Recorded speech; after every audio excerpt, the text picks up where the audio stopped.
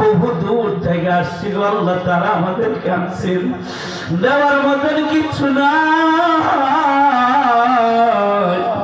আমি মুসাফির,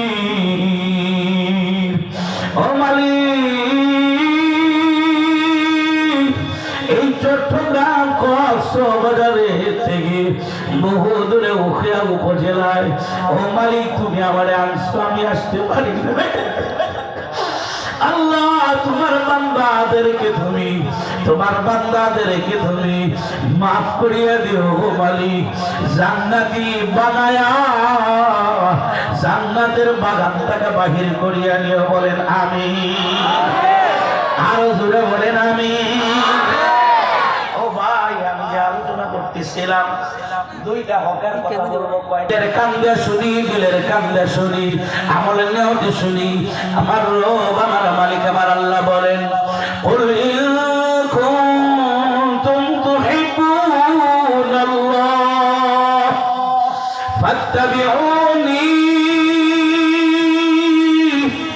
ইউহিব্বুকুমুল্লাহ।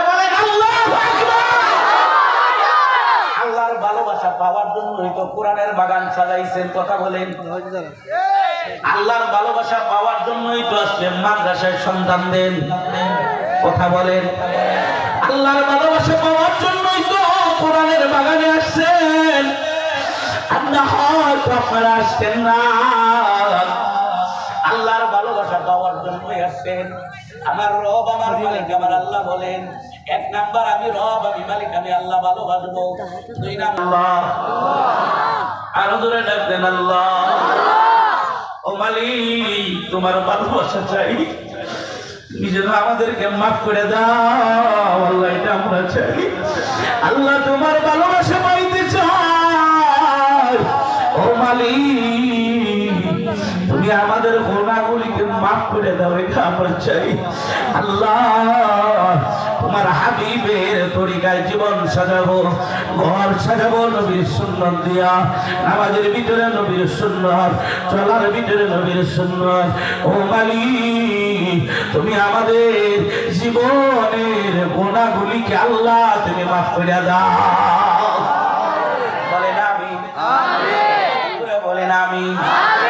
এবার আসেন আমার রব, আমার মালিক, আমরা জানি লা ইলাহা ইল্লাল্লাহ, আল্লাহ ছাড়া কোনো ইলাহ নাই, আল্লাহ ছাড়া কোনো রব নাই, আল্লাহ ছাড়া কোনো খালেক নাই, আল্লাহ ছাড়া কোনো মালিক নাই, আল্লাহ ছাড়া কোনো পালনেওয়ালা নাই, আল্লাহ ছাড়া রিজিক দেওয়ালা নাই। কথা বলেন, কথা বলেন, আরো জোরে সম্মানের আওয়াজে বলেন, রিজিক কে দেন?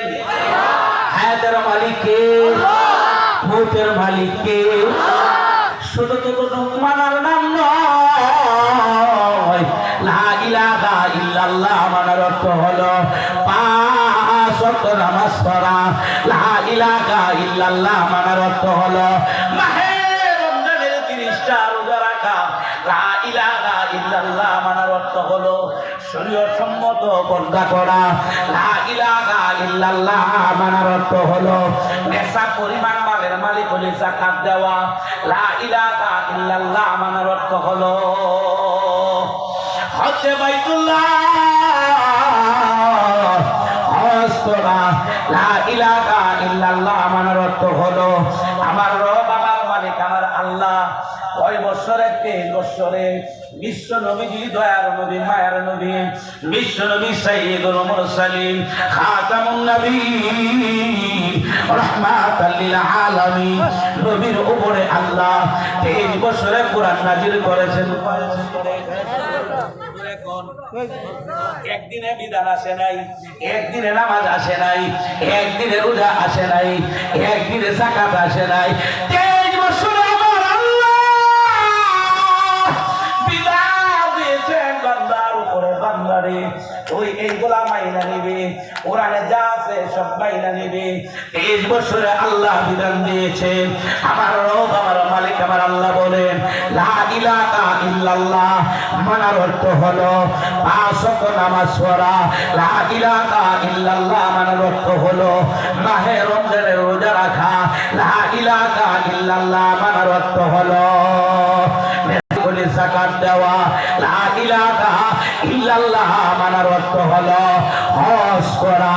লা ইলাহা ইল্লাল্লাহ মানার অর্থ হলো 30 পারা আল্লাহ কোরআন নাযিল করেছেন, 30 পারা কোরআনে আল্লাহ যত আদেশ করেছেন সব মানা, আল্লাহ যত নিষেধ করেছেন সব ছেড়ে দেওয়ার নাম হলো লা ইলাহা